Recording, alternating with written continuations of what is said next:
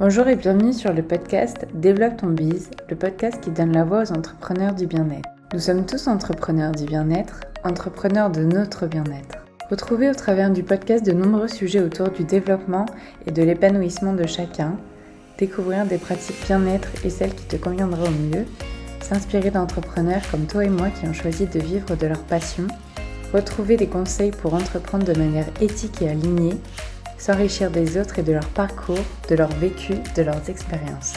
On se retrouve aujourd'hui avec la seconde partie de ma discussion avec Justine, Yogini Mama, dealeuse de Mama Kiff comme elle se nomme. Dans cet épisode de podcast, on va beaucoup parler de l'entourage, de l'importance d'être bien entouré, de ne pas hésiter à demander de l'aide lorsque l'on en a besoin, mais à contrario, ne pas forcément compter que sur son entourage pour vendre. On parlera aussi de trouver son propre équilibre vie perso, vie pro pour être à 100% dans l'un et dans l'autre et ne pas avoir peur d'investir sur soi. Et alors là, tu nous parles de l'aspect un peu avoir plein de connaissances justement pour entreprendre de manière au mieux, on va dire. Et d'un point de vue aussi, ton réseau, est-ce que le fait d'être entrepreneur et auto-entrepreneur, comment tu l'as vécu? Est-ce que tu as eu besoin de t'entourer? Alors, c'est un peu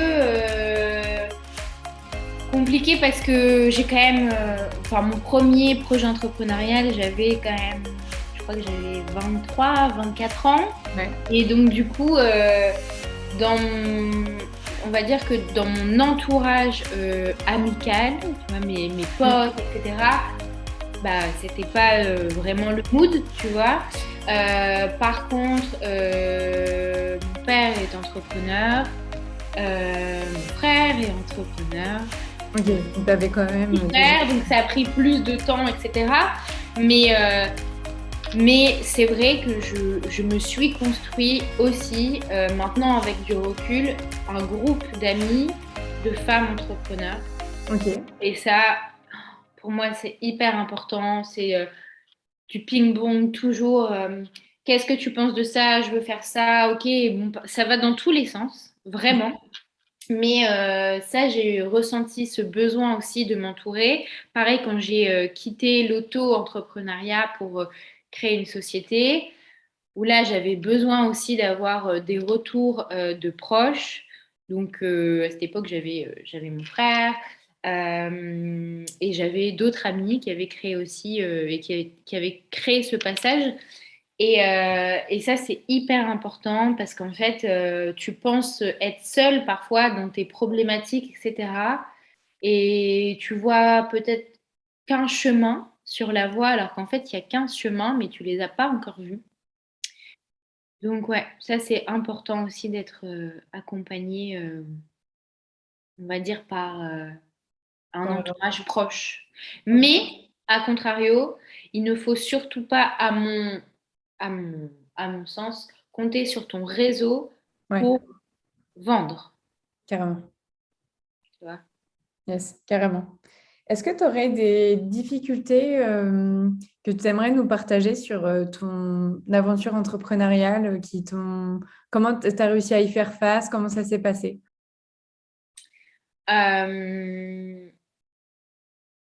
les difficultés principales, c'est quand même maternité et entrepreneuriat. Ouais. Ça, c'était un gros sujet. Heureusement, lors de ma première grossesse, c'était la première année où les femmes entrepreneurs avaient un vrai congé maternité digne de ce nom. Alors, c'est toujours pas un même congé qu'une salariée rémunérée autant, mais c'est quand même déjà super.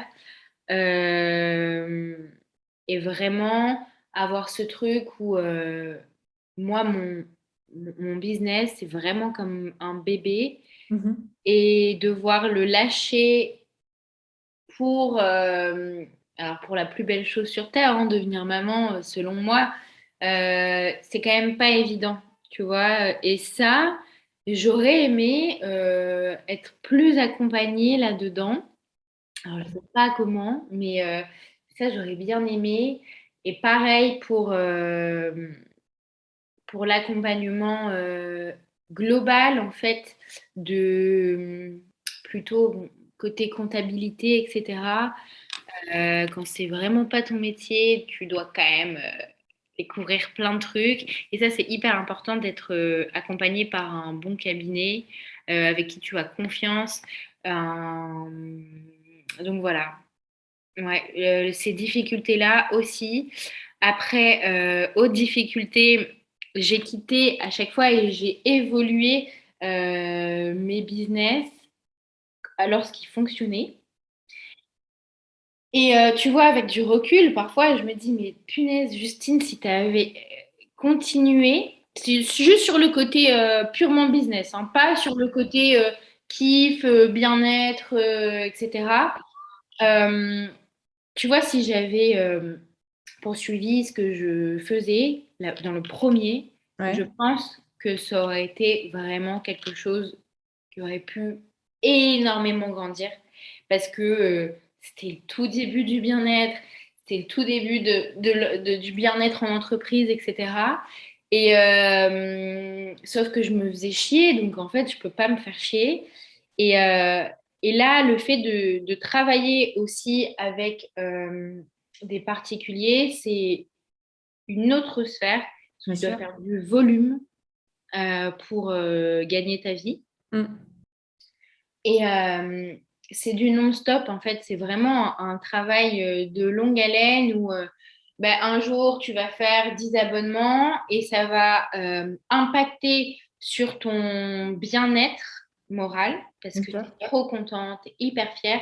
Et le lendemain, tu vas avoir 10 désinscriptions. Et là, ça impacte Ouais. encore plus pendant la grossesse avec les hormones, mais pas. Je me réveille, tu vois, et je regarde les ventes, je regarde les désabonnements et je me dis, mais putain, je travaille comme une acharnée, c'est ouf. Alors que tu vois, c'est normal, c'est le jeu, tu Oui, vois. c'est la vie. Si tu avais que ben, des abonnements, ça serait hyper facile, mais voilà. Et puis il y a le côté financier, bien sûr, qui est tout le temps là, 24 heures sur 24, 7 jours sur 7. J'ai quand même quitté euh, un business où je gagnais très bien ma vie, tu vois, pour aller ailleurs et développer autre chose avec plus d'investissement financier Mm. et, et diminuer mes revenus par 3, tu vois. Mais c'est juste sur un instant et c'est pour le bien de tous parce que je sais que je retrouverai, tu vois, ce niveau de vie que je suis allée chercher à la sueur de mon front. Oui, et puis tu fais peut-être aussi des choses qui te plaisent beaucoup plus et tu te sens peut-être aussi plus utile par rapport à ce que tu apportes aux autres. Ouais, et puis même, c'est investir aussi sur ce que j'ai fait. Enfin, Oui, clairement, sur c'est ça, clairement. sorti de terre il y a même pas un an, tu vois, donc il faut le temps. Et puis c'est un choix aussi de réinvestir Mm. la trésorerie dans du nouveau contenu. Mais par contre, c'est vrai qu'il faut être préparé psychologiquement à tout ça. Bien sûr. Et alors justement, là, quand tu nous parlais de ça, j'ai une question qui m'est venue. Comment tu gères l'équilibre vie perso, vie pro? Hmm. Est-ce que tu as trouvé ton équilibre aujourd'hui? Comment ça se passe? Alors, j'ai galéré à trouver, mais je pense que je l'ai trouvé. Là, il va être foutu en l'air comme j'accouche dans un mois et demi. Mais au début, c'était difficile. Mais comme j'avais cette chance de vouloir retourner travailler et avoir hâte, je pense Oui, que ça change tout. bien sûr. J'ai eu beaucoup de mal quand même à quitter mon bébé et à le déposer chez une assistante maternelle, etc.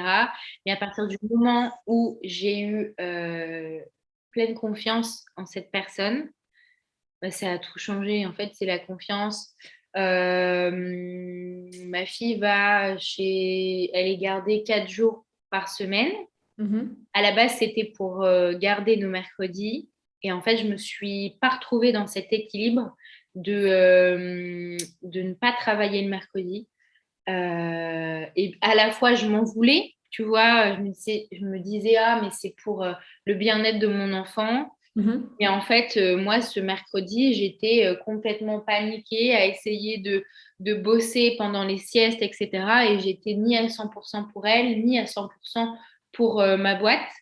Donc, j'ai changé un peu ça et j'ai trouvé une matinée de garde en plus. Comme ça, on a notre mercredi après-midi ensemble.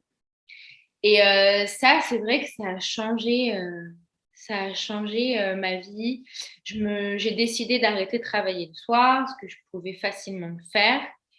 Pour vraiment, la journée, je travaille, le soir, je profite en famille. Et là, je pense clairement, j'ai trouvé.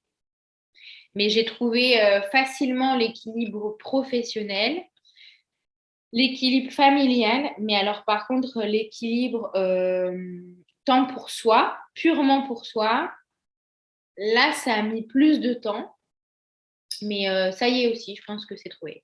Ok. Par 4 jours en week-end de yoga, rien que pour moi, donc je pense que j'ai trouvé. Ok. Bon, bah, c'est cool ça. Et hormis la F collective, est-ce que tu t'es fait accompagner soit pour le développement de ton entreprise ou soit même, tu sais, un peu coaching perso pour avoir un équilibre justement? Non, je me suis pas fait accompagner. Et il y avait aussi ce truc où de ma vie, je n'ai jamais été salariée, D'accord? à part pour des petits jobs d'été quand j'avais Ouais. 16, 18 ans, tu vois, mais en fait, du coup, bah, j'avais pas d'argent quand j'ai lancé mon business. J'avais pas les 2 ans de chômage qui permettent aussi de t'aider et d'être soufflé et d'avoir un petit peu d'argent pour vivre et permettre en fait Ouais. de t'accompagner financièrement avec des coachings, etc. C'était tout de suite, il fallait que le premier mois, je gagne ma vie, un revenu, sinon, bah, c'était pas possible, quoi. Mm. J'avais pas les moyens financiers pour, euh, pour que ça soit un échec et pas rentable aussi. Par contre, je me suis fait accompagner sur des thèmes qui étaient clairement pas les miens, c'est-à-dire graphisme, illustration, identité visuelle. J'ai un expert comptable. Bon, ça, c'est nouveau, c'est depuis que je suis en société. Sur quoi d'autre je me suis fait accompagner. Et en fait, c'est plus un accompagnement, comment dire, Une collaboration. ouais, moral avec toutes les personnes entrepreneurs qui m'entourent. Ouais. J'avoue que je prends rarement, maintenant, c'est vraiment nouveau, mais depuis la plateforme, je prends rarement une décision du tac au tac sans avoir appelé mon frère au préalable. Ok. Euh, je lui dis, mais t'en penses quoi, etc. Et voilà, et ça, c'est hyper important. J'avance plus seule, même si je reste seule dans ma société. Ok. Est-ce que tu as des envies particulières pour le futur, là? Bien définies? Oui, oui, oui. Est-ce que Ouais. tu pourrais nous en parler un petit peu? Ah oui, un petit peu. Un petit Euh, J'avais un gros, gros, gros, gros projet qui devait sortir début octobre et qui D'accord. malheureusement est repoussé parce que accouchement trop proche. Mhm. Mais allez, je vais le dire. Comme tu veux, t'es pas... De toute Euh, façon, le podcast sort dans 3 4 semaines. 3 4 semaines, donc on sera en octobre. ok. Euh, Si je vais le dire, en fait, moi, mon truc, c'est toujours plus d'humain, plus de relations humaines. Mhm. Et du coup, j'avais pour projet, et j'ai toujours pour projet de reprendre mes week-ends, mais destinés aux futures mamans et Ok. destinés aux mamans. Donc vraiment, je crée là depuis plusieurs mois 2 concepts très définis. Mhm. de week-end pour accompagner les femmes enceintes, pour vraiment les sortir de leur quotidien. Moi, j'ai vraiment fait une remarque, enfin, ma remarque a été énorme, la différence entre une première et une seconde grossesse. Ok. La première grossesse, t'es la reine, t'es Beyoncé, t'es vraiment, voilà, t'es idolâtrée. Et la deuxième grossesse, mais t'as pas le temps de faire un break, de profiter de toi. Et donc, du coup, je me suis dit, mais toutes ces nanas, il faut qu'elles fassent une pause entre elles et qu'elles se fassent du bien juste avant le chamboulement que peut provoquer la maternité. Et ensuite, après la grossesse, après l'accouchement, l'attention est tellement portée sur le Ok. bébé, Mm. etc., qu'on laisse de côté la maman. Et moi, j'ai envie de dire à toutes ces femmes, mais putain, les meufs, je suis là pour vous. J'ai vécu la même chose que vous. Venez, on part ensemble et on se fait du bien. Donc voilà, ça c'est un Ok. projet qui arrive du coup fin de premier trimestre 2022. Ok, trop bien. Et là, j'avais une question justement. Qu'est-ce que tu penses qui explique le fait qu'il y a un changement entre la première grossesse et la deuxième? Le fait que la personne, elle soit peut-être plus préparée et que du coup, elle demande plus de choses comme... Mais déjà, il y a un peu ce truc où quand c'est ta première grossesse, tu le dis à tes potes, waouh, trop bien, félicitations. La deuxième, et c'est pas du tout contre mes potes Oui, ou oui, bon, oui. c'est la même réaction, hein, tu vois. Et la deuxième grossesse, c'est oh ouais, cool, normal. Enfin, tu Ouais, vois, ouais, c'est ouais. Bah, c'est oui, plus nouveau en fait. oui, c'est attendu, on va dire. Ouais. Euh, et aussi, dans ta première grossesse, mais tu as juste à penser à toi, à ta petite personne, tes petits kiffs, etc. Alors qu'une seconde, bah, il y a déjà un aîné auquel il faut continuer à s'occuper, etc. Et forcément, ton temps, il est divisé Mm. avec cette personne qui vient d'intégrer ta vie. Donc voilà, je pense que la différence, elle est là et que ça demande beaucoup plus d'organisation. Bien Tu vois, sûr. là, je pars 3 nuits, 4 jours pour juste me faire un gros kiff et me faire, moi, un week-end de yoga rien que pour moi. Euh, pour le mettre en place, c'était quand même une orga, tu vois. Mm. Parce que oui, mon mec peut gérer les 4 jours, mais sauf que lui, il bosse. Parfois, il part tôt le matin, il rentre tard. Ok, c'est pas du tout matché sur les heures de la nounou, puisque normalement, moi, je gère jeudi, vendredi, lui, il gère lundi, mardi, et je pars jeudi, vendredi. Mais après, ça se fait très bien. C'est juste que ça doit être, tu vois, il n'y a pas ce Ok. côté coup de tête. Ouais, ouais, ouais. Ouais, tout doit être planifié et tout ça. Mm. Ah, je suis trop cool, trop cool.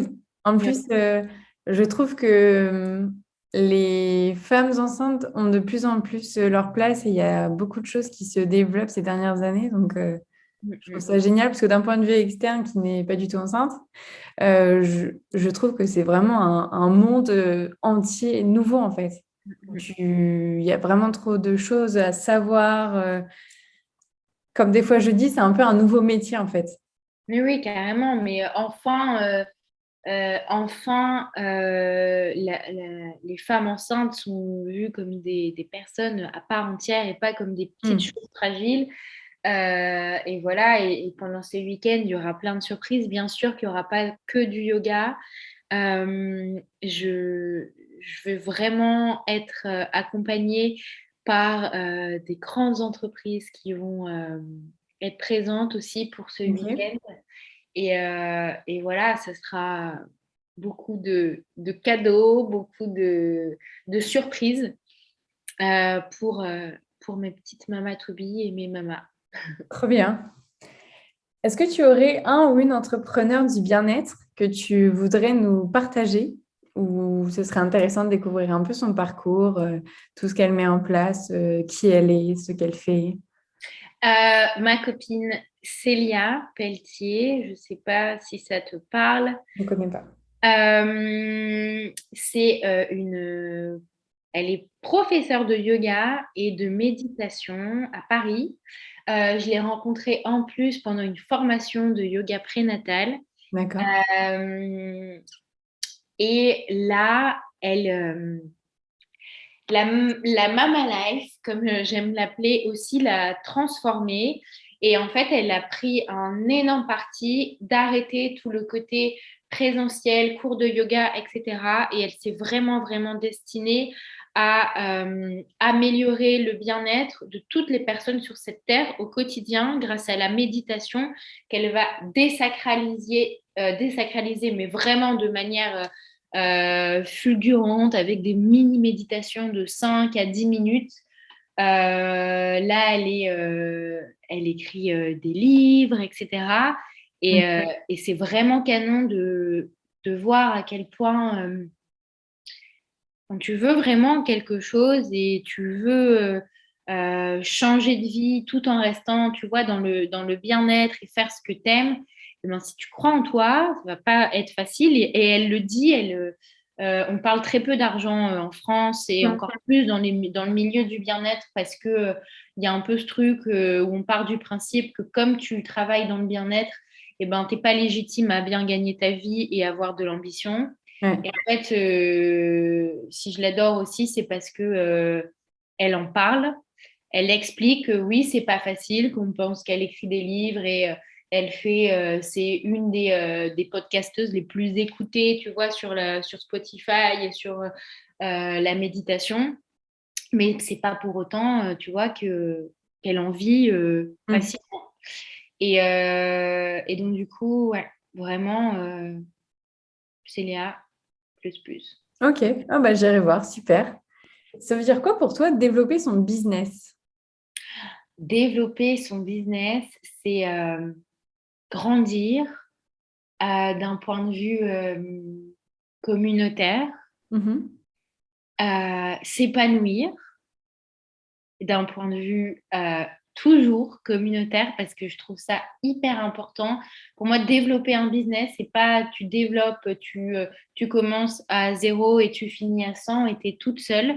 Oui, tu peux toujours entreprendre seule et tu vois, être en auto-entreprise ou être en société, mais en gérant unique. Mais c'est d'avoir cette communauté qui permet de grandir. Bien sûr. C'est ça, pour moi, développer son business. Ok, super. Où est-ce qu'on peut te retrouver? On peut me retrouver sur Instagram, @yogin.mama ou sur mon site internet yoginmama.com. Ok, super. Moi, je mettrai tout ça dans les notes du podcast. Merci à toi, Justine, pour ton temps et pour cette discussion. Merci à toi de m'avoir invitée et écoutée. J'espère que cette seconde partie de discussion avec Justine vous a plu.